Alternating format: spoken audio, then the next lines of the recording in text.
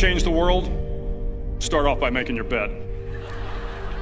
If you make your bed every morning, you will have accomplished the first task of the day. It will give you a small sense of pride, and it will encourage you to do another task, and another, and another. And by the end of the day, that one task completed will have turned into many tasks completed. Making your bed will also reinforce the fact that the little things in life matter.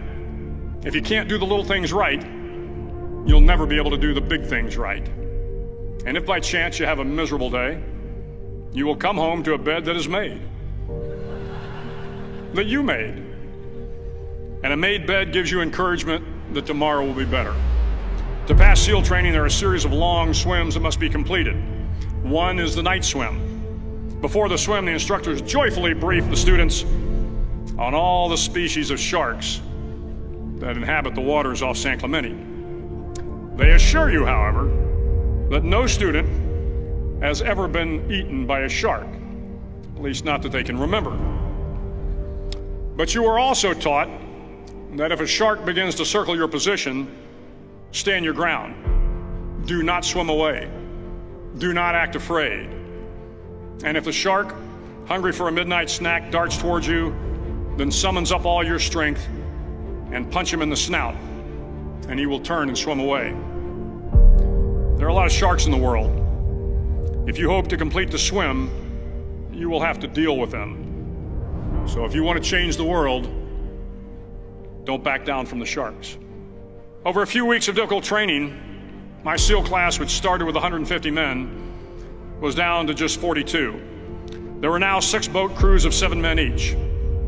I was in the boat with the tall guys, but the best boat crew we had was made up of the little guys, the Munchkin crew, we called them. No one was over 5'5". The Munchkin boat crew had 1 American Indian, 1 African American, 1 Polish American, 1 Greek American, 1 Italian American, and 2 tough kids from the Midwest. They out-paddled, outran, and outswam all the other boat crews. The big men in the other boat crews would always make good-natured fun of the tiny little flippers the Munchkins put on their tiny little feet prior to every swim.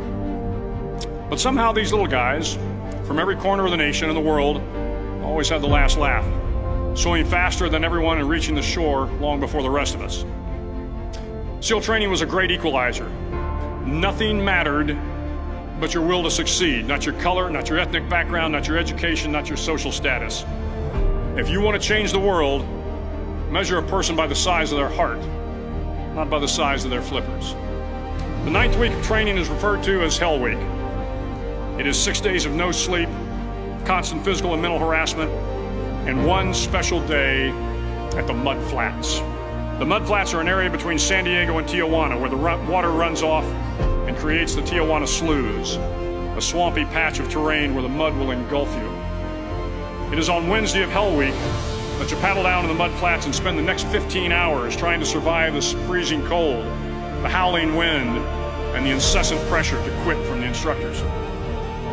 As the sun began to set that Wednesday evening, my training class, having committed some egregious infraction of the rules, was ordered into the mud. The mud consumed each man till there was nothing visible but our heads. The instructors told us we could leave the mud if only 5 men would quit. Only 5 men, just 5 men, and we could get out of the oppressive cold. Looking around the mud flat, it was apparent that some students were about to give up. It was still over 8 hours till the sun came up. 8 more hours of bone-chilling cold. The chattering teeth and the shivering moans of the trainees were so loud, it was hard to hear anything. And then one voice began to echo through the night. One voice raised in song.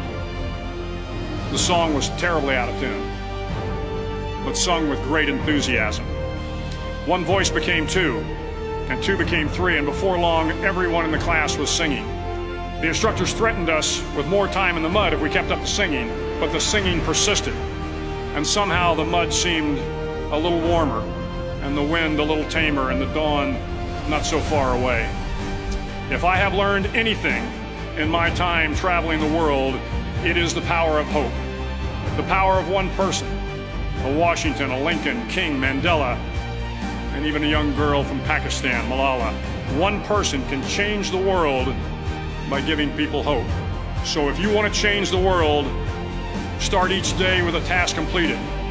Find someone to help you through life. Respect everyone. Know that life is not fair and that you will fail often. But if you take some risks, step up when the times are the toughest, face down the bullies, lift up the downtrodden, and never ever give up. If you do these things, the next generation and the generations that follow will live in a world far better than the one we have today. And what started here will indeed have changed the world for the better.